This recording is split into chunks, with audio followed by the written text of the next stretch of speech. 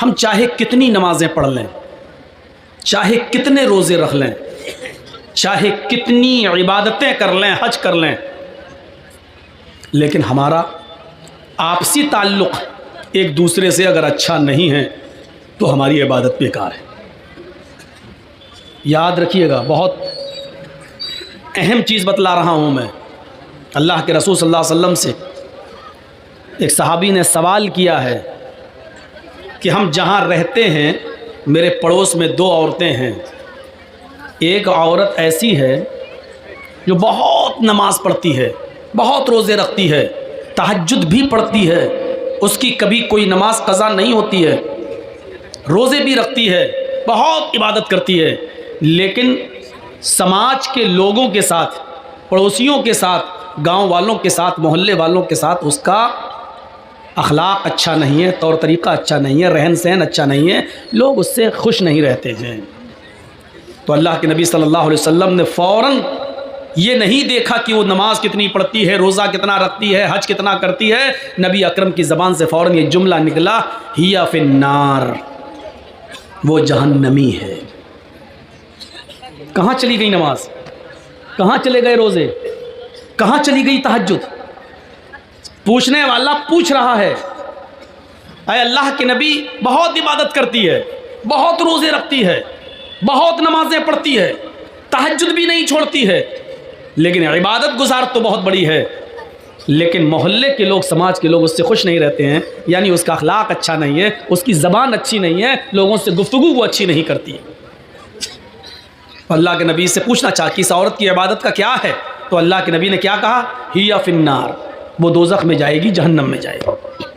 कहा अल्लाह के रसूल एक और औरत रहती है हमारे बगल में, वो नमाज तो कम पढ़ती है, सिर्फ फ़र्ज़ पढ़ लेती है, नवाफिल का अहतमाम ज़्यादा नहीं करती है, सिर्फ फ़र्ज़ रोज़े रमज़ान के रख लेती है और बकिया नफली रोज़े नहीं रखती है।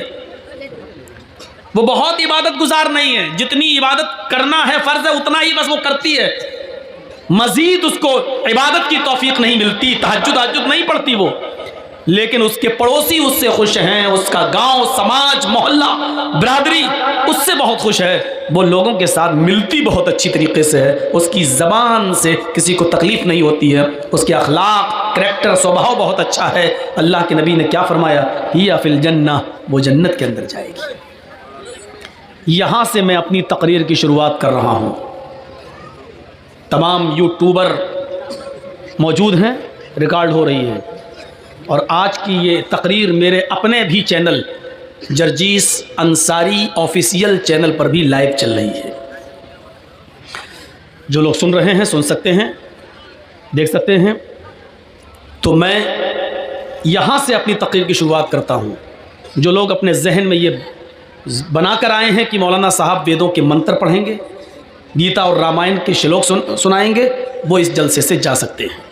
अगर वो सुनने आए हैं तो उनको खुली इजाज़त है कि वो जाएं। हमें अपनी आखिरत देखना है, पहले हमें अपना मुआशरा देखना है, अपना समाज देखना है।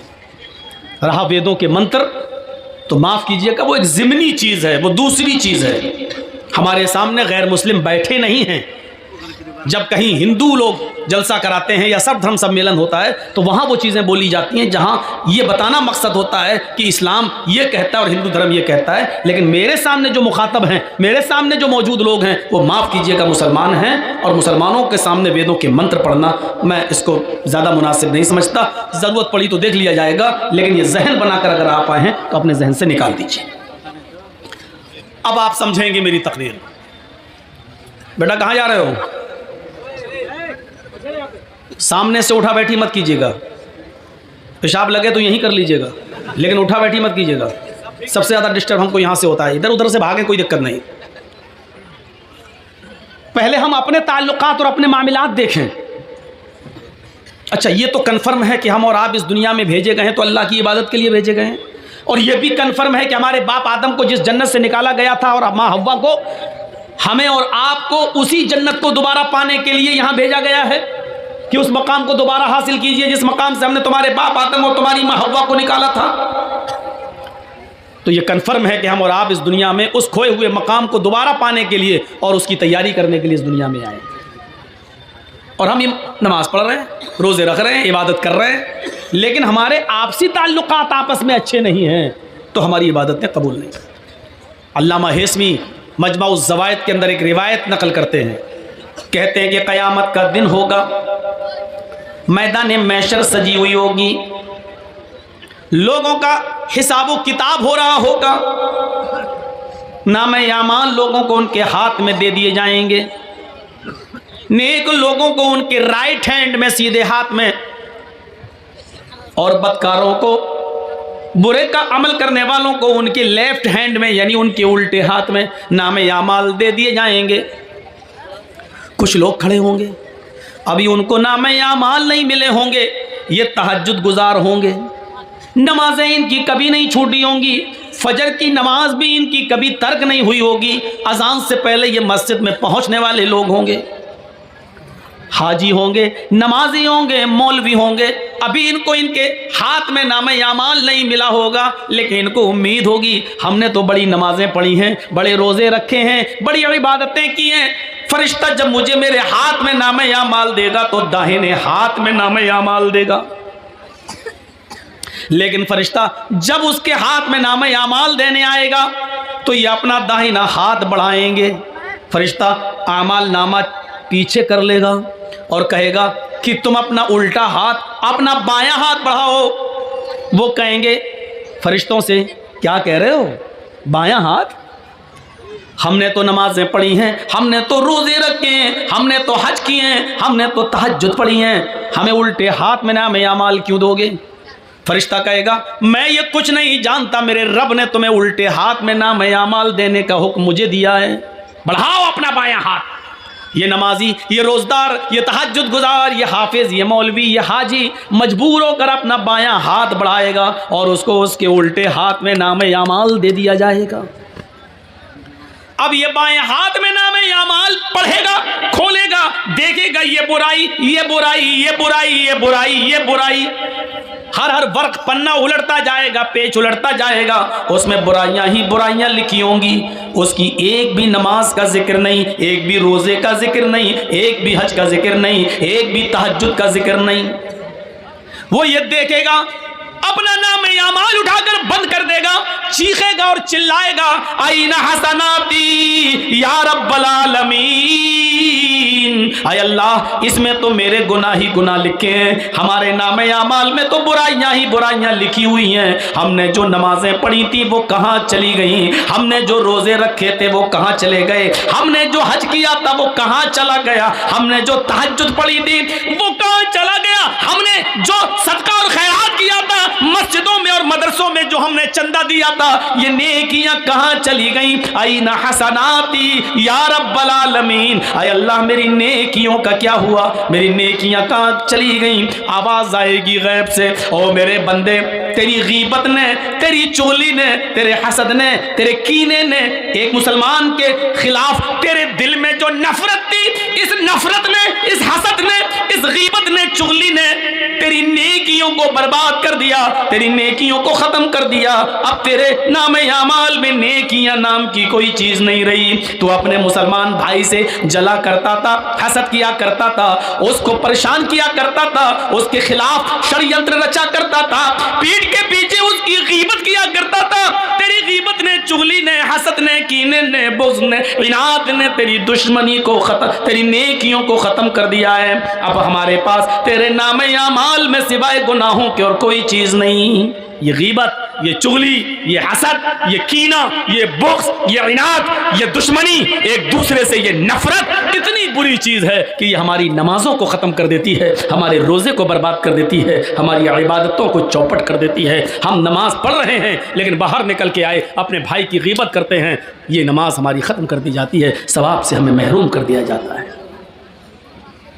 ईमानदारी के साथ बताइए हमारे समाज में ये बुराई चल रही है कि नहीं चल रही है, ये आम हो चुका है या नहीं हो चुका है। कुरान पढ़िए, इन्नमल मुमिनूना इख्वा फअस्लिहु बैना अख्वैकुम, ये दो चीज़ें हो गई। पहले तो अल्लाह ने कहा इन्नमल मुमिनूना इख्वा, सब मुसलमान मोमिन आपस में भाई हैं, पहले एक रिश्ता जोड़ा, पहले अहमियत बताई देखो, एक मुसलमान को दूसरे मुसलमान की इज्जत उसी तरह करना चाहिए जिस तरह वो अपने भाई की करता। कोई अगर उसके भाई को गाली दे दे तो उसको बर्दाश्त नहीं होता है, ऐसे ही अगर कोई किसी मुसलमान को सताए तो इसको बर्दाश्त नहीं होना चाहिए, उसको अपने भाई की तरह समझना चाहिए। पहले एक रिश्ता जोड़ा, इन्नमल मुमिनूना इख्वा, दुनिया के अंदर जहां भी मुसलमान है वो तुम्हारा भाई है। और फिर दूसरी चीज बताई, फास्लिहू बैना अखवैकुम, जब तुम्हारे दो भाइयों के दरमियान किसी बात को लेकर तनाज़ा हो जाए, झगड़ा हो जाए, इख्तिलाफ हो जाए, किसी बात को लेकर मन मिटाव हो जाए, किसी बात को लेकर उन दोनों के दरमियान जुदाई हो जाए, तो ये गांव वालों की जिम्मेदारी है, ये समाज की जिम्मेदारी है, ये पूरी कौम की जिम्मेदारी है कि उन दो मुसलमान भाइयों के दरमियान उस लड़ाई को ज़्यादा दिनों तक न रहने दें, बल्कि पूरा समाज मिलकर उन दोनों को मिला दे। फास्लिहू बैना अखवैकुम, समाज के लोगों को चाहिए कि उन दोनों की सुलह करा दें, उन दोनों को मिला दें। ये दूसरी चीज़ है। दो चीज़ों पर गौर करिएगा आज की तकरीर में, बस पहली चीज़ सब भाई हैं, और दूसरी चीज़ दो भाइयों के दरमियान, दो मुसलमानों के दरमियान, सिर्फ दो, यहाँ तो पूरे ख़ानदान से दुश्मनी मोल लिए हुए, सिर्फ दो मुसलमानों के दरमियान अगर गांव में कोई लड़ाई है आपस में किसी बात को लेकर, और आपको मालूम है कि ये दोनों 1 साल से नहीं बोल रहे हैं, 2 साल से नहीं, तो ये पूरा समाज गुनाहगार होगा, पूरा गांव गुनाहगार होगा। पूरे गांव की और पूरे समाज की जिम्मेदारी ये बनती है कि उन दोनों के दरमियान सुलह करा दें। सुलह कराने के लिए एक हुक्म और दिया है। झूठ कितनी बुरी चीज़ है। कोई अगर अपने मुंह से झूठ बोलता है तो अल्लाह के नबी सल्लल्लाहु अलैहि वसल्लम ने फरमाया कि जब कोई बंदा झूठ बोलता है तो उसके मुंह से इतनी गंदी बदबू निकलती है कि उसकी बदबू से फरिश्ता 1 मील दूर भाग जाता है। यहाँ से आप अंदाज़ा लगा सकते हैं कि झूठ कितनी बुरी चीज़ है। एक हदीस में आता है कि अल्लाह के नबी से किसी सहाबी ने पूछा, अरे अल्लाह के रसूल, क्या मोमिन बुज़दिल हो सकता है? अल्लाह के नबी ने कहा हाँ, हो सकता है। दूसरा सवाल किया, अरे अल्लाह के नबी, क्या मोमिन बखील हो सकता है, कंजूस? आपने कहा हाँ, हो सकता है उसने पैसा ज़्यादा कमा लिया हो और अल्लाह की राह में ज़्यादा खर्च ना करे, कंजूस हो सकता है, बखील हो सकता है, मालो दौलत की मोहब्बत उसके दिल में आ सकती है, हो सकता है। देखो भाई, जिसको निकलना हो जल्दी निकल जाओ, अभी मैं इजाज़त दे रहा हूँ, अभी निकल जाओ, चलो। तो छोटा सा देखिए, अभी वहाँ जाके क्या करेगा, इसकी तो शादी भी नहीं हुई है।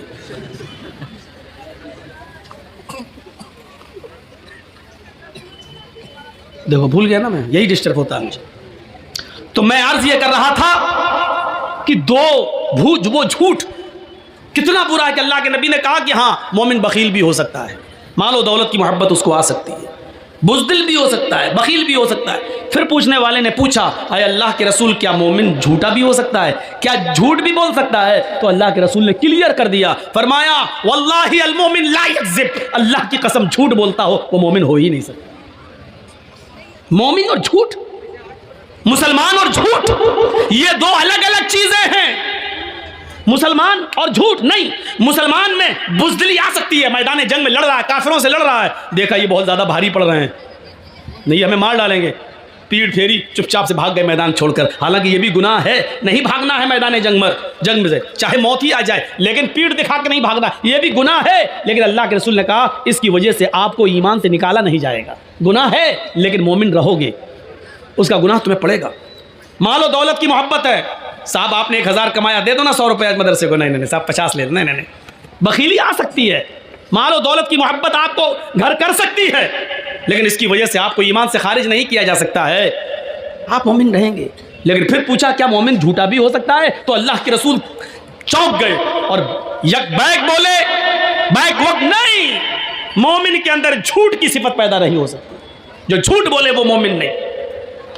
लेकिन यहां अल्लाह के नबी क्या कह रहे हैं, अगर दो मुसलमान आपस में लड़ जाएं और उन दोनों में 3 दिन से ज्यादा नफरत भर जाए, 3 दिन से ज्यादा वो गुफ्तगू नहीं कर रहे हो, तो समाज मोहल्ले के लोगों को चाहिए कि उनमें सुलह कराई जाए। अगर सुलह कराने में मेहनत कर रहे हैं और सुलह नहीं हो रही है, ये लोग आपस में एक नहीं हो रहे हैं, 1000 कोशिशें करने के बावजूद भी दो मुसलमान भाई आपस में एक नहीं हो रहे हैं, लेकिन आपको मालूम है कि झूठ अगर बोला जाए तो ये एक हो जाएंगे। अल्लाह के नबी यहाँ झूठ बोलने की इजाजत दे रहे हैं। क्या कह रहे हैं? लैसल कद्दाब अल्लज़ी युस्लिहु बैनन नास। उन दो मुसलमानों के दरमियान अगर सुलह कराने के लिए, उनको एक करने के लिए अगर तुम्हें झूठ का सहारा लेना पड़े तो बोल दो तुम झूठ बोलकर उनको एक कर दो। तुम्हें गुनाहगार नहीं लिखा जाएगा, तुम्हें ईमान से खारिज करार नहीं दिया जाएगा। यानी दो मुसलमानों को एक करने के लिए झूठ बोलने की इजाजत दे दी गई। इसी तरीके से अगर किसी की बीवी नाराज़ हो और मन ना रही हो तो शौहर अपनी बीवी को मनाने के लिए भी झूठ बोल सकता है, लेकिन इतना बड़ा झूठ मत बोलना कि पकड़ जाए। हाँ इतनी मोहब्बत करता हूँ, तुम कहो तुम चांद तोड़ के लाए। अबे 1 मील तो ऊपर जा नहीं सकता, तो 2,40,000 मील की ऊंचाई पे जाके चांद तोड़ के लाएगा। तो इतना बड़ा भी झूठ मत बोलना कि बीवी को यकीन ही ना आए। हल्का फुल्का झूठ जिससे वो मान जाए शौहर बोल सकता है, इजाज़त है, इसके अलावा और कहीं नहीं। तो मेरे भाइयों आप अंदाज़ा लगाइए कि एक मुसलमान का दूसरे मुसलमान के साथ क्या मामला है कि अगर झूठ बोलकर भी उन दोनों को एक किया जा सकता है तो कर दो। इससे अंदाज़ा लगा सकते हैं कि झूठ जो इतना बुरा हो कि बोलने वाले के मुंह की बदबू से फरिश्ते 1 मील दूर भाग जाते हों, और यहाँ इजाज़त दे रहे हैं अल्लाह के रसूल, अगर उन दोनों को एक करने के लिए झूठ का सहारा लेना पड़ रहा है तो ले लो। इन्नमल मुमिनूना इख्वा, सारे मुसलमान आपस में भाई भाई हैं। भाई का मतलब जानते हो? ट्रेन में आप सफ़र करिए, कितनी जल्दी दोस्ती हो जाती है। जर्जी साहब दिल्ली से बैठे कलकत्ता आ रहे हैं, ट्रेन में बैठे हुए हैं, मेरी सीट इधर है, मेरी सीट के सामने एक और मुसलमान भाई बैठा। एक मिसाल दे रहा हूँ, पूछना नहीं कब का वाक़या है, एक मिसाल दे रहा हूँ। सामने एक और मुसलमान भाई बैठा हुआ है, हम उसको नहीं जानते, वो हमें नहीं जानता। मैंने उसको देखा, लग रहा मुसलमान, उसने हमको देखा, हाँ ये भी मुसलमान। सलाम वालेकुम वालेकुम। अच्छा माशाल्लाह। कहाँ जा रहे हो? कलकत्ता। कोलकाता। अच्छा मैंने पूछा अच्छा भाई आप कहाँ जा रहे हैं? हाँ कोलकाता। मैं भी वहीं आ रहा हूँ कलकत्ता। थोड़ी और हमदर्दी बढ़ गई। अच्छा आपका नाम क्या है? जी मेरा नाम मोहम्मद असलम। आपका नाम क्या है? मेरा नाम मोहम्मद जर्जीस। माशाल्लाह। और थोड़ी कुर्बत बढ़ गई। धीरे धीरे उसी ट्रेन में, अभी 24 घंटे का सफ़र है, तो 4 घंटे में ही इतनी मोहब्बत बढ़ गई कि आप चाय ख़रीद रहे हैं तो एक नहीं 2, एक मुझे पिला रहे हैं, एक आप। मैं कोई चीज़ ख़रीद रहा हूँ तो आपको दे रहा हूँ, एक आप एक मैं। थोड़ी और कुर्बत बढ़ी। अच्छा कहाँ जाओगे? कोलकाता में मडिया बुरुज। आप कहाँ जाएंगे? अरे साहब मैं भी वहीं जा रहा हूँ, लीजिए। और कुर्बत बढ़ गई। अब ये कुर्बत इतनी बढ़ गई कि मैं किसी स्टेशन पर पानी भरने के लिए उतरता हूँ तो वो आदमी मेरे सामान की देखरेख कर रहा है, क्योंकि ये हमारा भाई है, सफ़र का साथी है। वो किसी स्टेशन पे उतरता है तो हम उसका सामान देख रहे हैं। आप इतना भरोसा हो गया, जब मैं उतरता हूँ तो उससे कहता हूँ मेरा सामान देखना, जब वो उतरता है तो मुझसे कह देता भाई साहब मैं उतर रहा हूँ मेरा सामान देखना। अब उसकी न सिर्फ जान बल्कि उसके माल की हिफाजत की जिम्मेदारी भी एक दूसरे के ऊपर आयद हो जाती है। 15-16 घंटे 20 घंटे के सफ़र में सिर्फ जान पहचान की बुनियाद इतनी सख्त हो जाती है कि आप उसकी जान के भी मुहाफिज हो जाते हैं। अगर कोई उसको छेड़े तो आप उसके लिए लड़ने लगते हैं, आपको कोई गाली दे तो वो आपका साथ देने लगता है। जब आप स्टेशन पे उतरते हैं तो आपके सामान की हिफाजत मैं करता हूं, मैं उतरता हूं तो आप मेरे सामान की हिफाजत करते हैं। 15-16-20 घंटे के सफर में जब तुम दोनों एक दूसरे की जान और एक दूसरे के माल के मुहाफिज बन गए, अल्लाह के नबी कहते हैं ये दुनिया भी एक सफर है, हम सब इस दुनिया में एक मुसाफिर की हैसियत से आए हुए हैं, इस दुनिया में हम सब सफर कर रहे हैं। ओ लोगों, चंद घंटों की मुलाकात में जब तुम एक दूसरे की जान के और माल के मुहाफिज रक्षक हो गए हो तो जिंदगी के सफर में भी एक इंसान का, एक मुसलमान का की जान और एक मुसलमान का माल दूसरे मुसलमान के ऊपर हराम है। अल्लाह के रसूल ने हज्जतुल विदा के मौके पर जो खुतबा दिया था उस खुतबे में आपने यही जुमले कहे थे, इन्ना दिमाअकुम व अमवालकुम हरामुन अलैकुम का हुर्मत यौमिकुम हाज़ा फी बलदिकुम हाज़ा फी शहरिकुम हाज़ा। ये अल्लाह के नबी ने फरमाया, ओ लोगों, तुम्हारे खून और तुम्हारा माल एक दूसरे के ऊपर हराम है, तुम एक दूसरे को कत्ल न करो, एक दूसरे का माल नाजायज तरीके से न खाओ। ये अल्लाह के रसूल ने अपने आखिरी खुतबे के अंदर इन जुमलों को कहा था। कुरान भी हमें हुक्म दे रहा है, या अय्युहल्लज़ीना आमनू ला ताकुलू अम्वालकुम बैनकुम बिल बातिल। ऐ ईमानो वालो, ऐ मुसलमानों, तुम आपस में एक दूसरे का माल नाजायज तरीके से मत खाओ। नाजायज तरीके से माल खाना समझते हो क्या है? जर्जीत साहब मोबाइल के मैकेनिक हैं, मैं मोबाइल संभालता हूँ। आप मुसलमान हैं, आप हमारे पास आए, साहब मौलाना साहब, जजी साहब मेरा मोबाइल ख़राब हो गया, ज़रा देख लीजिए। थोड़ा चेक किया, देख लिया इसमें क्या कमी है। 100 रुपये का काम है, बस एक चीज़ लाई जाएगी, 100 रुपये में पड़ जाएगी। अब 100 की जगह हम 150 ले लें, कोई बात नहीं। लेकिन मैंने उसको बता दिया, साहब इसमें तो बहुत कमी है, इसकी तो पूरा टच ख़राब हो गया है, इसमें तो ये कमी है, 800 रुपये लगेंगे भाई। 800 भाई देख लीजिए यार, हम गरीब आदमी हैं, होते हो नहीं साहब, इसमें इतनी कमियां हैं, इसमें इतनी प्रॉब्लम है, ये पड़ेगा वो पड़ेगा, लोकल नहीं डालते हम, ओरिजिनल डालते हैं, ये करते हैं वो करते हैं। और बात होते होते 500 रुपये पे मामला टिक गया। आपको मालूम है 100 रुपये की चीज़ पड़ना है, और आपने उसको 800 से तय करते करते 500 पे मामले को डन कर दिया। सुनो, मोबाइल संभाल कर उसको दे दिया और 500 रुपए ले लिया। ये 500 रुपए लेके जब आप अपने घर जाते हो, गोश्त खरीदते हो, खाना बनाते हो, या इससे कोई कपड़ा खरीदते हो, पहनते हो, अल्लाह की कसम आपने नाजायज तरीके से उससे जो माल कमाया है, इस माल को खाकर अगर आप नमाज पढ़ेंगे तो आपकी नमाज कबूल नहीं होगी। अगर इस 500 रुपए से आपने कोई कुर्ता खरीदा और कपड़ा पहनकर नमाज पढ़ रहे हो तो आपकी नमाज आपके मुंह पे मार दी जाएगी, कबूल नहीं होगी, क्योंकि आपने नाजायज तरीके से माल कमाया है। 100 रुपए की जगह पर आपने 500 लिया है, और कसम खा के कहा, अल्लाह की कसम 50 रुपए बच रहे हैं साहब। कुरान यही हमें हुक्म दे रहा है। क्या करोगे वेदों के मंत्र सुनकर? अपने मुआशरे के अंदर, समाज के अंदर अपनी जिंदगी को पहले पाक साफ करो। या अय्युहल्लज़ीना आमनू ला ताकुलू अम्वालकुम बैनकुम बिल बातिल, ईमान वालो तुम आपस में एक दूसरे का माल नाजायज तरीके से मत खाओ। हम मुसलमान हैं, मुसलमान का ही माल खा रहे हैं नाजायज तरीके से, हम उसी के लिए कुआं खोद रहे हैं। पता नहीं शाम तक कस्टमर आया कि नहीं आया, इसी को बलि का बकरा बनाओ और पूरे दिन की कमाई इसी से हासिल कर लो। अब आप कहोगे मौलाना हमने तो तय कर लिया, चोरी थोड़ी की है, उसको बोल दिया 500 लगेंगे, उसने कह दिया ठीक है। हम लोगों ने तो तय किया है। हाँ आपने तय किया है, लेकिन आपने ये भी तो कहा कि 800 लगेंगे, इसमें ये पड़ेगा वो पड़ेगा। आपने उसको क्लियर क्यों नहीं किया? 100 रुपए की चीज आएगी लेकिन मैं 800 लूंगा, देना हो तो दो, आप क्लियर कीजिए। साहब ऐसे बोल देंगे तो कौन आदमी हमसे सही कराएगा? तो आप 100 की जगह 150 ले लीजिए, आप मेहनत कर रहे हैं, लेकिन 100 की जगह आप 500 लेंगे और ये कह के लेंगे कि अल्लाह की कसम हमें 50 बच रहे हैं, अपनी औलाद की कसम 50 बच रहे हैं, हमें प्रॉफिट नहीं हो रही है, हम सिर्फ लागत ही लागत ले रहे हैं, हम आपसे कमा नहीं रहे हैं। ये कहकर आप ये नाजायज तरीका है पैसा कमाने का। इसी तरीके से कोई भी बिजनेस आप कर रहे हैं, कपड़ा बेच रहे हैं, 100 रुपए का कपड़ा 500 रुपए में आप बेच रहे हैं, आपको मालूम है 500 बताएंगे तो 300 में बिकेगा, लेकिन वो कपड़ा आपको मालूम है कि अगर 150 में भी बिक जाए तो हमें फायदा है, 50 रुपए बच रहे हैं, लेकिन आपकी नीयत पहले से ये है 500 बताएंगे 300 तक पे हम डन कर देंगे, लेने वाला लेगा। ये भी नाजायज एक किस्म है पैसा कमाने की मेरे भाइयों, इस तरीके से नहीं। काजी शुरैह जिनको हजरत अली ने काजी बनाया था, जज बनाया था, इनको एक घोड़ा खरीदने की जरूरत पड़ी, मार्केट में घोड़ा खरीदने के लिए जाते हैं। और सुनो, अब आपके पास से जो भी आदमी उठे उसको हाथ पकड़ के बिठा दो जमीन पर, सुनने भी आना चाहेगा, आगे भी बैठेगा, जर्जी साहब की शक्ल भी दिखनी चाहिए और उठ के भी भागेगा। सब शुगर के मरीज हैं क्या? पेशाब ज्यादा आता है क्या? ये देखो, जितना समझाया उतना ही और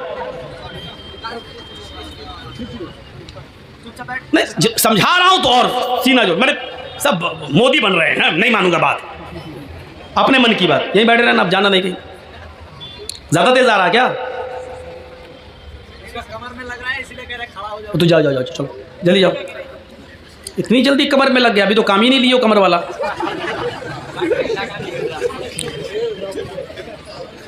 तो मेरे भाइयों सुनिए, ये भी एक किस्म है नाजायज माल। काजी शुरैह ने एक घोड़ा खरीदना चाहा और घोड़ा खरीद रहे हैं, तो घोड़े वाले से पूछा घोड़ा बेच रहे हो? कहाँ, कितने का? उसने कहा 400 दिरहम का। काजी शुरैह ने कहा देखूं 400 का है या 300 का, ये तो चलाने के बाद पता चलेगा। क्या मैं तुम्हारे घोड़े को चला सकता हूं थोड़ी देर के लिए? मैं ट्राई कर सकता हूं? काजी शुरैह घोड़ा बेचने वाले ने कह दिया ले लो। ये हमदर्दी हमारे अंदर भी आनी चाहिए, यही इस्लाम है। काजी शुरैह उस घोड़े पर बैठे और उसकी लगाम पकड़ी और चला कर देखा, और फिर लौट कर आए, एक चक्कर लगाकर कहने लगे घोड़े वाले सच बताओ कि ये घोड़ा तुम कितने का दे रहे हो? उसने कहा 400 दिरहम का। नहीं, तुम्हारा घोड़ा तो 400 से भी ऊपर का है, मैंने इस घोड़े की रफ्तार से अंदाज़ा लगाया है, शायद तुम किसी मजबूरी में तुम बेच रहे हो। मुझे सच बताओ घोड़े की सही कीमत क्या है? कहा नहीं, मैं तो 400 दिरहम मुझे मिल जाए, मुझे जो ज़रूरत है उतना ही मैंने बता दिया। काजी शुरैह ने कहा कि नहीं, तुम्हारा घोड़ा 500 दिरहम का है। घोड़ा बेचने वाले ने कहा इधर सुनिए, इधर देखिए, यतीमों की और गरीबों की और मजबूरों की ज़मीन कम पैसों में खरीदने वालों, जानते हो कि 2 लाख रुपए की उसकी ज़मीन है, लेकिन उसकी माँ बीमार है, उसकी बेटी बीमार है, उसको ज़मीन बेचकर अपनी बेटी का इलाज कराना है, इसी में वो 1.5 लाख की देगा। और हम इंतज़ार कर रहे हैं कि वो अपनी बेटी का या अपनी बीवी का इलाज या अपने बच्चे का इलाज कराएगा तो 2 लाख की ज़मीन 1.5 में भी बेचेगा और हम 1.5 में ख़रीद लेंगे, जबकि हमें मालूम है कि उसकी ज़मीन 2 लाख की है, कीमत उसकी सही है, लेकिन मजबूरी में वो 1.5 लाख के बेच रहा है और हम 1.5 लाख की उसकी ज़मीन ले रहे हैं। ये भी पैसे की एक हराम किस्म है जो तुम चाहे उसने अपनी मर्जी से क्यों न दी हो, लेकिन तुम्हें मालूम है कि उसने मजबूरी से दी है, तो आपकी ये 1.5 लाख रुपए की ली हुई 50,000 का जो चूना लगाया आपने, ये हराम कमाई होगी और इसने पूरी कीमत को हराम कर दिया है और तुम एक मजबूर की मजबूरी का फायदा उठा रहे हो। ये माफ किए जाने लायक जुर्म नहीं है। सुनो, काजी शुरैह कहते हैं तुम्हारा घोड़ा तो 500 दिरहम का है, तुम 400 क्यों मांग रहे हो? उसने कहा सुनो, 400 दिरहम की मुझे ज़रूरत है, मैंने कीमत 400 मांगी है, अगर आप 500 देना चाहें तो ये आपकी मर्जी, वरना मेरी तरफ से सिर्फ 400 फिक्स है। यही कहेगा बेचने वाला। साहब आपको अच्छा लग रहा है और 500 देना चाहते तो दे दीजिए, लेकिन हमारी तरफ से 400 है। काजी शुरैह कहते हैं मैं एक और चक्कर लगाता हूँ। उन्होंने एक और चक्कर लगा कर देखा और देखकर फिर लौट कर आते हैं और कहते हैं घोड़े वाले, तुम अपनी मजबूरी नहीं बताना चाहते हो, मत बताओ, लेकिन मैंने दोबारा तुम्हारे घोड़े को चला कर देखा तो मैं यकीन के साथ कह सकता हूँ तुम्हारा घोड़ा 500 से भी ऊपर का है, ये 600 दिरहम के लायक है। घोड़ा बेचने वाला फिर कहता है काजी साहब मेरी तरफ से 400 दिरहम है, अगर आप 600 दे दें, 500 दे दें तो ये आपकी मर्जी है, लेकिन मेरी तरफ से 400 दिरहम उसकी कीमत है। काजी शुरैह कहते रुको, एक और चक्कर लगाया और आकर कहते हैं कि तुम्हारे घोड़े में कोई कमी नहीं है, ये घोड़े की कीमत तो 700 दिरहम भी तुम बताओ तो मुनासिब है। उसने कहा 400 मेरी तरफ से, ऊपर आप अगर जो दे देंगे वो बखुशी मैं कबूल कर लूँगा। काजी शुरैह एक और चक्कर लगाते हैं और चक्कर लगाने के बाद आते हैं और अपने पॉकेट से 800 दिरहम निकाल कर देते हैं और कहते हैं तुम्हारा घोड़ा 800 के लायक है, ये पकड़िए कीमत। अब तुम किसी मजबूरी में अगर 400 का बेच रहे हो तो ये तुम्हारी मजबूरी हो सकती है, लेकिन मैं तुम्हारी मजबूरी का नाजायज़ फ़ायदा नहीं उठाऊंगा। मैंने जो मुनासिब समझा और तुम्हारे घोड़े की जो कीमत होती है वो मैंने अपने हिसाब से बिल्कुल जायज़ दी है, ये 800 दिरहम के लायक तुम्हारा घोड़ा है। काजी शुरैह ने 800 दे दिए, मांगे 400, दे दिए 800 और साथ में क्या कहा, मैं तुम्हारी मजबूरी का फ़ायदा नहीं उठाता हूं, इसलिए मैंने 800 दे दिए हैं, जिस लायक है तुम्हारा घोड़ा। आए बबुला बोना के लोगों, अहमदाबाद वालों, कटियार के लोगों, कभी तुमने किसी मजबूर की मजबूरी को समझते हुए कभी 2 लाख की ज़मीन को 2.25 लाख भी देने की कोशिश की है? कभी किसी गरीब की 2 लाख की ज़मीन को 2.5 लाख में भी खरीदा है, ये सोचकर कि चलो वो अपनी बेटी का इलाज करा लेगा, चलो उसकी माँ को कैंसर है वो अपनी माँ का इलाज करा लेगा, हमारी ज़मीन पड़ी रहेगी, 2 की जगह 2.5 में हम बेच ले रहे हैं, 2-3 साल में उसकी कीमत बढ़ जाएगी, हम तो फिर कमा लेंगे। क्या कभी हमने किसी मजबूर की मजबूरी का फायदा को देखते हुए उसकी 2 लाख की ज़मीन को 2.5 लाख में लेने की कोशिश की है? नहीं, 2 की ज़मीन को 1.5 में तो लेने वाले इस महफिल में भी हजारों मिल जाएंगे, सैकड़ों मिल जाएंगे, बहुत मिल जाएंगे, लेकिन 2 लाख की ज़मीन को 2.5 लाख में लेने वाला एक भी नहीं मिलेगा। अगर उठवाया जाए तो एक भी नहीं मिलेगा। मेरे भाइयों, इस्लाम ये कहता है किसी की मजबूरी का नाजायज़ फ़ायदा न उठाओ। ये एक मुसलमान का दूसरे मुसलमान के साथ ये हमदर्दी होनी चाहिए। चोरी, डकैती, ये सारी चीजें हराम माल की किस्म है। इसी तरीके से किसी मुसलमान को सूद पर रुपया देना, साहब तुम्हें मजबूरी, हाँ 1 लाख रुपए दे दो, मेरी बेटी की शादी है, हम 1 साल में लौटा देंगे। 1 साल में लौटाओगे तो 1,25,000 लूँगा। का ठीक है दूंगा। 1,10,000 दो, ठीक है दूंगा। ये भी हराम माल की एक किस्म है। किसी को हम मदद तो कर रहे हैं, कर्ज तो दे रहे हैं, लेकिन शर्त ये लगा रहे हैं कि 1,00,000 रुपए की जगह पर हम 1 साल के बाद तुमसे 1,40,000 लेंगे, 1,20,000 लेंगे, बढ़ के लेंगे, क्योंकि हमारा पैसा जा रहा है। अगर हमारे पास होता तो 1 साल में हम कितना कमाते, लिहाजा हम 20,000 तुमसे ज़्यादा लेंगे। और आपकी मजबूरी है, आपने ले लिया और उसने 1,00,000 की जगह 1,20,000 तय कर दिया। जानते हो ये ज्यादा रकम क्या क्या कहलाती है? सूद। या अय्युहल्लज़ीना आमनू ला ताकुलुर रिबा ज़आफ़न मुज़ाफ़तन, ऐ मुसलमानों तुम सूद ब्याज को दुगना और चौगुना करके मत खाओ। सुनिए, जिसने 1,00,000 रुपया दिया, बदले में 5 महीने 6 महीने के बाद 1 साल के बाद 1,10,000 1,20,000 लिया, उसने कितना बड़ा जुर्म किया है। इस्लाम की नजरिए से देखना चाहते हो तो सुनो, अल्लाह के नबी फरमाते हैं अर्रिबा सबऊन हुबन, अर्रिबा सबऊन हुबन व ऐसरुहा अन यनकिहर रजुलु उम्महु। 1,00,000 देकर 1,10,000 लेने वालों सुनो, 1,00,000 देकर 1,20,000 लेने वालों सुनो, अपने मुसलमान भाई का नाजायज फायदा उठाने वालों सुनो। अल्लाह के नबी फरमाते हैं, मोहम्मद रसूलुल्लाह फरमाते हैं, जिसने 1 देकर 1,20,000 लिया, 1 देकर 1,10,000 लिया, ये सूद है। और सूद के 70 दर्जे हैं। सबऊना हुबन, सूद के 70 दर्जे हैं। ये 70 दर्जों में जो तुमने 1 लिया है, कितना बड़ा जुर्म किया है। उसका सबसे हल्का जुर्म क्या है, सबसे हल्का दर्जा क्या है? आई सरूहा अयन की हर रजुल उम्महू, एक आदमी अपनी मां के साथ निकाह कर रहा है। एक मर्द, एक नौजवान अपनी मां के साथ निकाह कर ले, निकाह हो जाएगा। हदीस में निकाह का लफ्ज है अयन के हर रजुल उम्महू, मर्द अपनी मां के साथ निकाह कर रहा है। कहने का मकसद क्या बता दूं, जरा सुनो सूद खाने वालों, सुनो निकाह का लफ्ज क्यों कहा है। अल्लाह के रसूल ने कहा जैसे कोई मर्द अपनी मां के साथ निकाह कर रहे, निकाह होगा ही नहीं। माँ कितनी खूबसूरत हो, बेटा माँ के साथ निकाह पढ़ रहा है। मौलाना जर्जी साहब निकाह पढ़ा रहे हैं। अल्हम्दुलिल्लाह नहमदुहु व नस्तईनुहु व नस्तगफिरुहु। या अय्युहल्लज़ीना आमनू तक़ुल्लाह हक़्क़ तुक़ातिही व ला तमूतुन्ना इल्ला व अंतुम मुस्लिमून। या अय्युहन्नासु तक़ू रब्बकुमुल्लज़ी ख़लक़कुम मिन नफ़्सिन वाहिदा व ख़लक़ मिनहा ज़ौजहा व बत्थ मिनहुमा रिजालन कसीरन व निसाअ वत्तक़ुल्लाहल्लज़ी तसाअलूना बिही वल अरहाम इन्नल्लाह काना अलैकुम रक़ीबा। या अय्युहल्लज़ीना आमनू तक़ुल्लाह व क़ूलू क़ौलन सदीदा युस्लिह लकुम अअमालकुम व यग़फ़िर लकुम ज़ुनूबकुम व मन युतिअल्लाह व रसूलहु फ़क़द फ़ाज़ फ़ौज़न अज़ीमा। ये निकाह में ये 3 आयतें पढ़ी जाती हैं 3 जगह से, हमने पढ़ दी और निकाह कर भी दिया माँ के साथ। लेकिन इन कुरान की आयतों के पढ़ने के बावजूद माँ बेटे पर हलाल नहीं होगी, यानी निकाह नहीं होगा। पूरा कुरान पढ़ दिया, उसके बाद निकाह पढ़ा दिया, फिर भी निकाह नहीं होगा।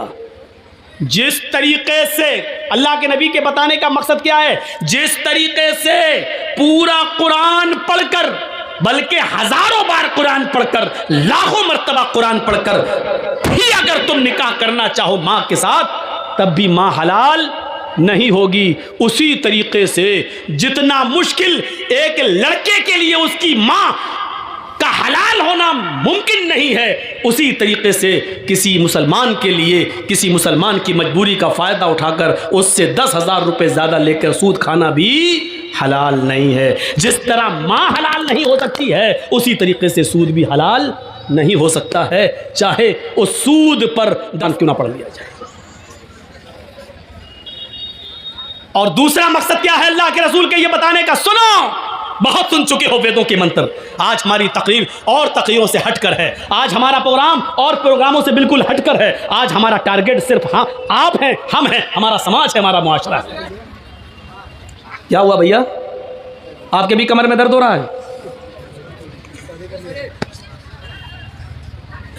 फ़ोन आ गया किसी का। रात में 2 बजे किसका फ़ोन आ सकता है भाई? अब हंस रहे हैं।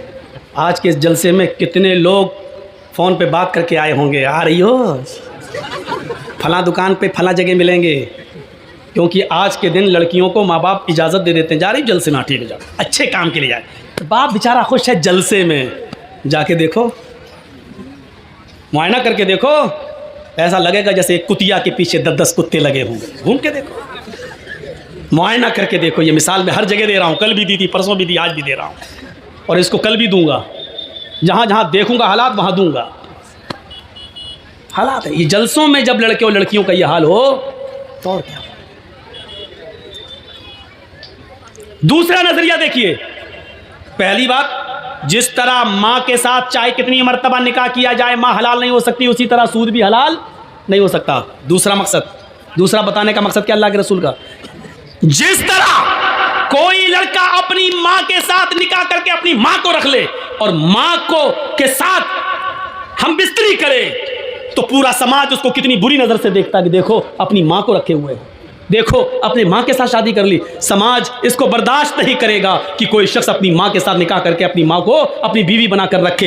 तो समाज जिस तरह इस आदमी से नफरत करता है कि जो अपनी माँ को रखे हुए हो, इसी तरह समाज और गांव को चाहिए, मुआशरे को चाहिए कि सूद खाने वाले को इसी नफरत की नज़र से देखे, इससे भी बुरी नज़र से देखे, क्योंकि ये तो सबसे हल्का दर्जा है। 69 दर्जे इससे भी ऊपर हैं सूद के और ब्याज खाने वाले के, ये तो हल्का दर्जा है। 70 दर्जे हैं, ये हल्का है। तो इससे 70 गुना ज्यादा बुरा उस आदमी को समझा जाए जो सूद खाता है। अब सोचो, सूद खाने वाले का हमारे मुआशरे में सोशल बाइकाट होना चाहिए। ना इसकी लड़की लेना चाहिए, ना इसको लड़की देना चाहिए, ना इसकी शादी में बैठना चाहिए, ना इसको शादी में बुलाना चाहिए, ना इसके खुशी में शामिल होना चाहिए, ना इसके मौत मिट्टी में शामिल होना चाहिए। इसका सोशल बाइकाट होना चाहिए। इसका बाइकाट नहीं हो रहा है, इसको आज रोजगार समझा जा रहा है। ये तो रोजी रोटी कमाने का जरिया है, वो कर रहा है वो धंधा। अभी इस गांव का कोई लड़का किसी लड़की को लेकर भाग जाए, 2 दिन बाद पंचायत बैठ जाएगी समाज की, है कैसे भागा, उस लड़की की जिंदगी बर्बाद हो गई है, चलो या तो 2 लाख जुर्माना दो या उस लड़की के साथ निकाह करो। अभी पंचायत बैठ जाएगी, सजा मुतय्यन कर दी जाएगी उसकी, या तो शादी करो उस लड़की के साथ क्योंकि तू लेके भागा है, या फिर तू 2 लाख रुपए जुर्माना दे क्योंकि लड़की की जिंदगी बर्बाद हो गई। अब उससे कौन शादी करेगा? ये पंचायत फैसला करेगी, ये गांव का समाज फैसला करेगा। गांव के समाजियों, गांव की पंचायत में बैठने वालों, एक शख्स जब नमाज छोड़ता है तो उसकी पंचायत क्यों नहीं बैठती है? एक शख्स सूद खा रहा है, आपके गांव में 1 लाख देता और 1,25,000 लेता है, उसके खिलाफ आप पंचायत क्यों नहीं बिठाते हैं, एक्शन क्यों नहीं लेते हैं? ये आदमी तो इतना बुरा है, सूद खाने वाला, इतना बुरा तो वो शख्स भी नहीं है जो अपनी मां के साथ जिना कर रहा है। जब उससे भी गंदा सूद खाने वाला है तो आप ऐसे आदमी को समाज में बर्दाश्त कैसे कर रहे हैं और आपके समाज में ये आदमी रह कैसे रहा है? मत कहो मौलाना गांव का मुखिया ही ऐसा है। अरे हो मुखिया हो, सरपंच हो, एमएलए हो, एमपी हो, मौलवी जर्जीस के जूते की बूट के नीचे नहीं समझता, कुरान और हदीस के आगे कोई अहमियत नहीं है इनकी। जर्जीस भी सूद खाएगा तो उसकी हदीस उसके ऊपर भी लागू होगी। कुरान और हदीस किसी को नहीं छोड़ता है।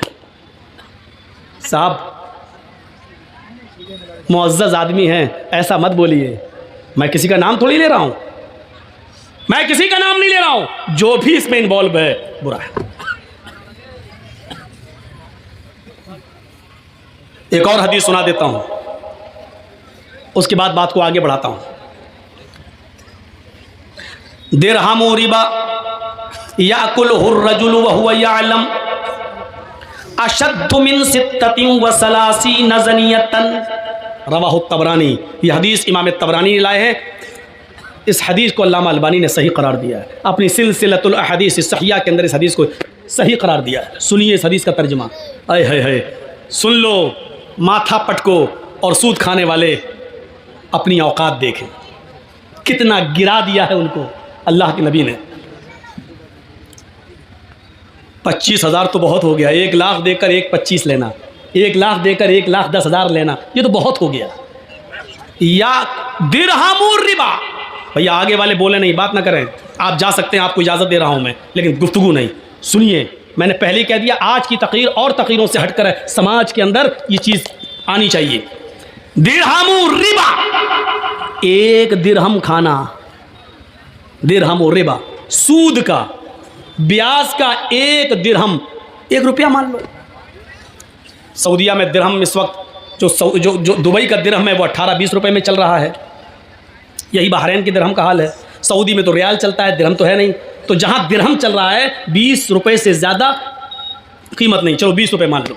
दिरहम और रिबा, एक दिरहम जिसने खाया वह हुआ यालम, और वो जानता है कि ये सूद है। यानी 100 रुपये दिए और 1 महीने के बाद कहा नहीं अब 120 दो, तो 1 दिरहम हो गया। 20 रुपये का 1 दिरहम मान लो। इसका ये मतलब नहीं कि 20 से नीचे वाला जायज़ है, 1 रुपया ही सूद का क्यों ना हो वो भी हराम है। और सुनिए, जिसने 1 दिरहम खाया जानता है कि ये सूद का है, खा लिया, जुर्म कितना बड़ा है मालूम है? अशद्दु मिन सित्ततिन व सलासीन ज़नियतन, सित्ता 6 सलासीन 30, 6 और 30 जोड़िए, 6 + 6 + 30 कितना हुआ? 36 ज़नियतन, जिना। गोया कि उसने 36 मरतबा जिना किया। 1 रुपया जिसने सूद का खाया जानते हुए कि ये सूद है, ये 1 दिरहम 36 मरतबा जिना से भी ज़्यादा सख्त है। 36 मरतबा जिना करना आसान है, लेकिन सूद का 1 दिरहम 36 मरतबा जिना करने से भी संगीन जुर्म है। क्या रह गया? समाज में कोई लड़का किसी लड़की के साथ एक बार जिना कर ले और पकड़ा जाए तो समाज में नाक कट जाती है, और लड़की बैठी रहती है, कहीं उसका निकाह नहीं होता है, अरे वो फला के साथ, अरे गलत काम हो चुका है। सोचो 36 मरतबा, और इसको भी कहा कि यह आसान है। सूद का 1 रुपया 36 मरतबा भी जिना से ज़्यादा सख्त है। क्या गुजर रही होगी आज की मेरी तकरीर उन लोगों के ऊपर जो सूद खाते हैं। अल्लाह की कसम, एक एक लफ्ज़ उनके ऊपर हथौड़ा बन के बरस रहा हो। इसीलिए कहते मंत्र सुना, मंत्रों में ये सब आता नहीं है ना, ये सुनना पड़ेगा तुम्हें नहीं, तुम्हारे बाप को भी सुनना पड़ेगा। जब तक मैं इस कुर्सी पर हूं सुनना पड़ेगा, बाद में हमें सुना देना जितनी गालियां देना हो, क्योंकि ये पावर मुझे मोहम्मद रसूलुल्लाह की तरफ से मिला है। जब तक मैं इस कुर्सी पे हूं सुनना पड़ेगा। ये है सूद और ब्याज की हैसियत, हकीकत नहीं। अब आपका एक सवाल होगा कि मौलाना साहब, बैंकों में हम जो पैसा रखते हैं, आप सोचिए, एक और मसला हल कर दूं। जो लोग बैंक में नौकरी करते हैं, अब उनके बारे में पूछो कि मौलाना साहब वो नमाज़ पढ़ते हैं, उनकी नमाज होगी या नहीं होगी? वो कुर्बानी करते हैं, उनकी कुर्बानी होगी कि नहीं होगी? क्लियर कर दूं, नहीं होगी। क्यों? क्योंकि जहां सूद का कारोबार लिखा ना जाता हो, दर्ज ना होता हो। स्टेट बैंक ले लो, ICICI बैंक ले लो, ग्रामीण बैंक ले लो, रिजर्व बैंक, कोई भी बैंक हो, आप उसमें नौकरी कर रहे हैं, आप खाते नहीं हैं, आपके अकाउंट में पैसा जमा है, आप उतना ही निकालते हैं जितना आपका है, सूद बढ़ता आप छोड़ देते हैं, आप नहीं खा रहे हैं, ठीक है, अच्छी बात है, बहुत अच्छा है। लेकिन सिर्फ खाना ही नहीं है। अल्लाह के नबी ने फरमाया, लानतुल्लाहि अला आकिलिर रिबा व मुकिलहु व कातिबहु व शाहिदही व कालहुम सवाउन। अल्लाह के नबी की यह हदीस है। अल्लाह के नबी सल्लल्लाहु अलैहि वसल्लम ने फरमाया, अल्लाह की लानत हो सूद खाने वाले पर। सुनिए, अल्लाह की लानत हो सूद खाने वाले पर।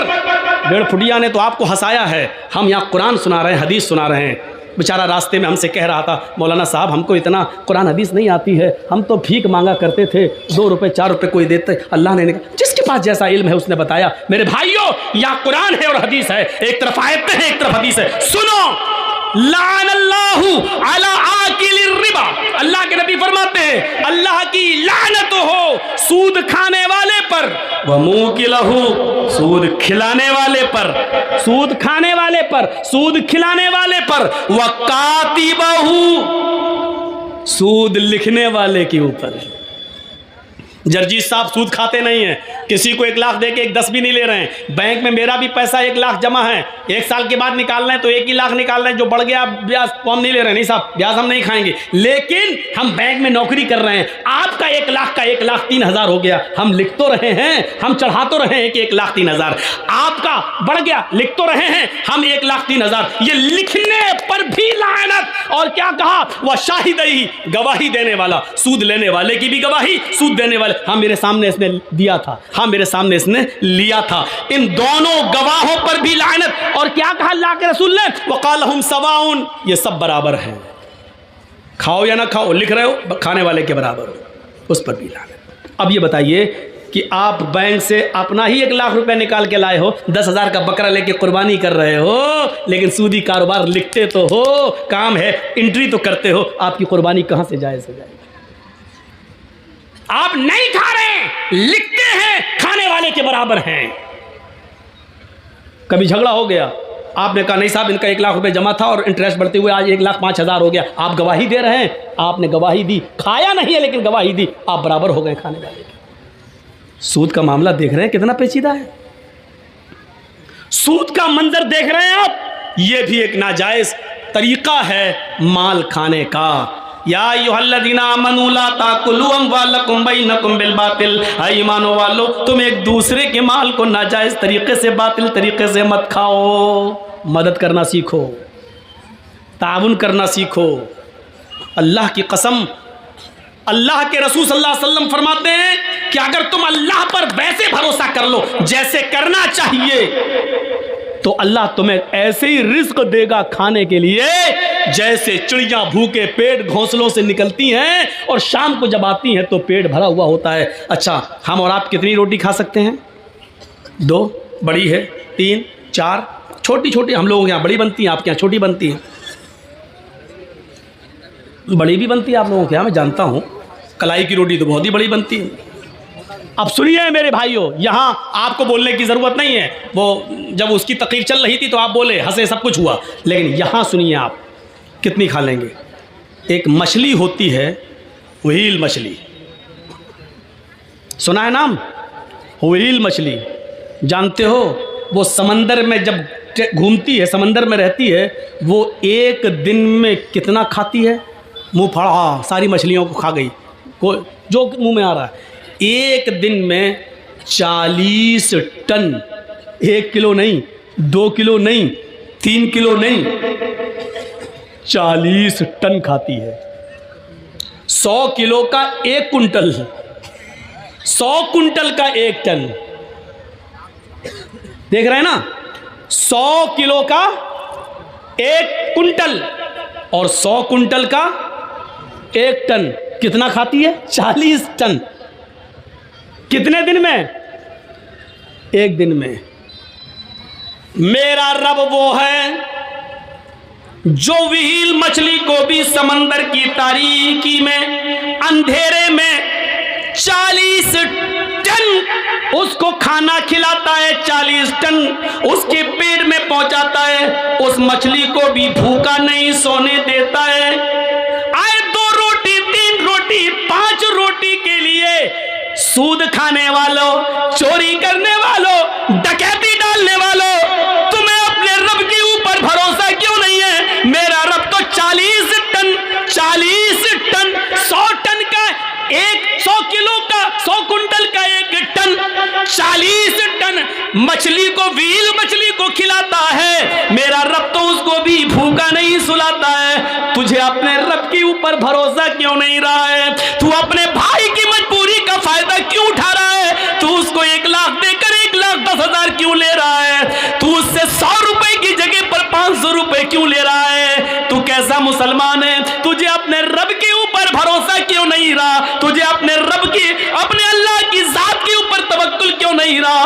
तो तवक्कुल कर, भरोसा कर। मेरा रब जब उस मछली को भूखा नहीं सोने देता है, तू तो अशरफुल मखलूकात है, तू तो अफजल है, तू तो सबसे बेहतर है, तू तो नमाज पढ़ने वाला और रोजा रखने वाला है, तू अपने रब को अच्छी तरीके से जानता है, तू मुसलमान भी है, ला इलाहा इल्लल्लाह पढ़ता भी है, तू नमाज का भी पाबंद है, फिर तुझे अपने रब के ऊपर भरोसा क्यों नहीं है? तू अपने रब के ऊपर भरोसा कर। अल्लाह कहता मेरे बंदो मेरे ऊपर वैसे ही भरोसा करो जैसे करना चाहिए, तो हम तुम्हें भी वैसे ही रिज्क देंगे, रोजी देंगे, जैसे हम चिड़ियों को देते हैं। वो सुबह उड़ती हैं तो भूखी होती हैं, लेकिन शाम को जब वो जंगलों से अपने घोंसलों में जाती है तो उनका पेट भरा हुआ होता है। हम तुम्हें भूखा उठाएंगे जरूर, लेकिन भूखा सुलाएंगे नहीं। तुम भरोसा तो करो मेरे ऊपर।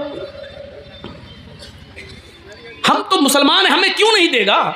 हमारा रब तो वो है, हमारा परवरदिगार तो वो है जो काली रात में, काले जंगल में, काले पहाड़ पर, काले रंग की चींटी चलती है तो इतनी बुलंदी से वो उस चींटी को भी देखता है, उसके जब पैर के रखने की जो आहट होती है, हमारा रब उस आहट को भी सुन लेता है, उसको भी ग़िज़ा देता है। अल्लाह ने उसको पेट दिया है तो ऐसी नाक भी दी है उस मामूली चींटी को कि हम अपने बगल की, अपने हाथ की चीज को नहीं सूंघ पाएंगे, लेकिन उस चींटी को देखो, उसकी ग़िज़ा एक मंजिल की दूरी पर रखी है, 2 मंजिल पर रखी हुई है, लेकिन उसकी नाक में अल्लाह ने इतनी स्पिरिट दे दी, इतनी स्ट्रॉन्ग बना दी, खुशबू सूंघने की उसको ऐसी शक्ति दे दी कि वो अपना रोजी रिस्क तलाश करने के लिए 2 मंजिल पर चली जाती है। मेरा रब उस चींटी को भी हौसला देता है, उसको भी नाक दिया है, उसको भी रोजी देता है, मछलियों को भी देता है। अरे हम किसको क्या देंगे?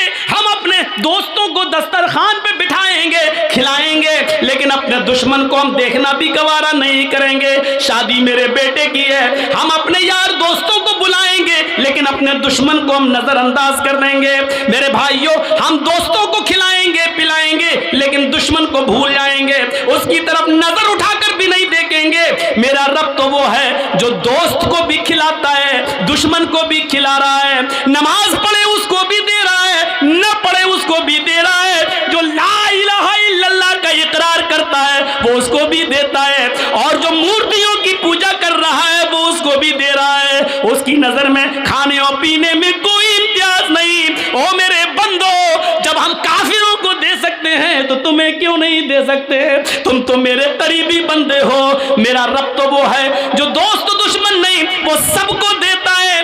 90 साल के एक बूढ़े को इब्राहिम अलैहिस्सलाम ने दस्तरखान से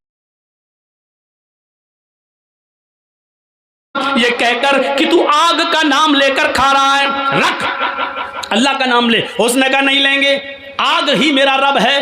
भगा दिया उसको। जिब्रील आ गए, इब्राहिम तुमने आज उस बूढ़े को बुलाया और खाना भी नहीं खिलाया, भगा दिया, जाओ उसको पकड़ के लाओ और खिलाओ। जिब्रील से इब्राहिम अलैहिस्सलाम कहने लगे, अरे वो तो अल्लाह का नाम ही नहीं लेता।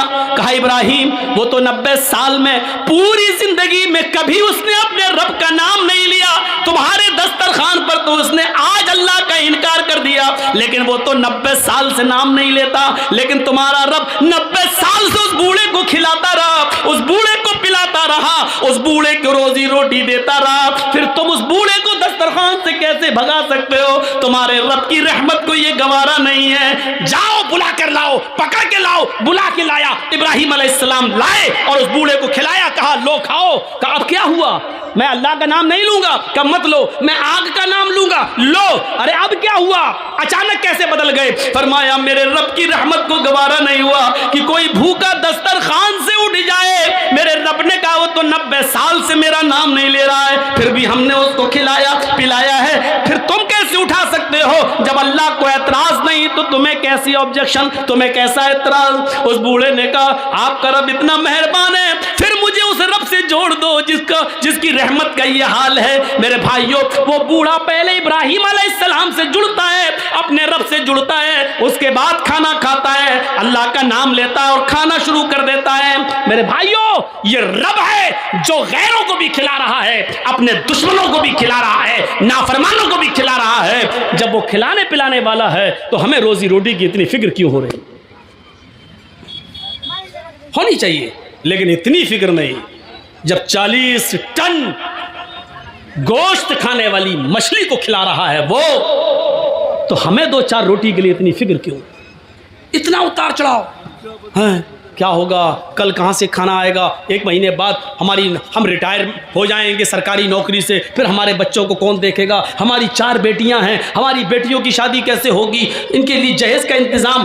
अरे मुआशरे में समाज के लोगों, जहेज की लानत को ख़त्म करो। अगर इसको आपने ख़त्म कर दिया तो बहुत बड़ा एक जिहाद आप जीत जाओगे, बहुत बड़ा एक मार्का आप हासिल कर लोगे। क्योंकि इंसान नाजायज़ तरीके से जो कमा रहा है, अक्सर उसमें ऐसे हैं कि जिनको अपनी बेटियों की शादी करना है, उनको अपना फ्यूचर, मेरी बेटी की शादी कैसे होगी, इसलिए वो नाजायज़ तरीके से माल कमा रहा है।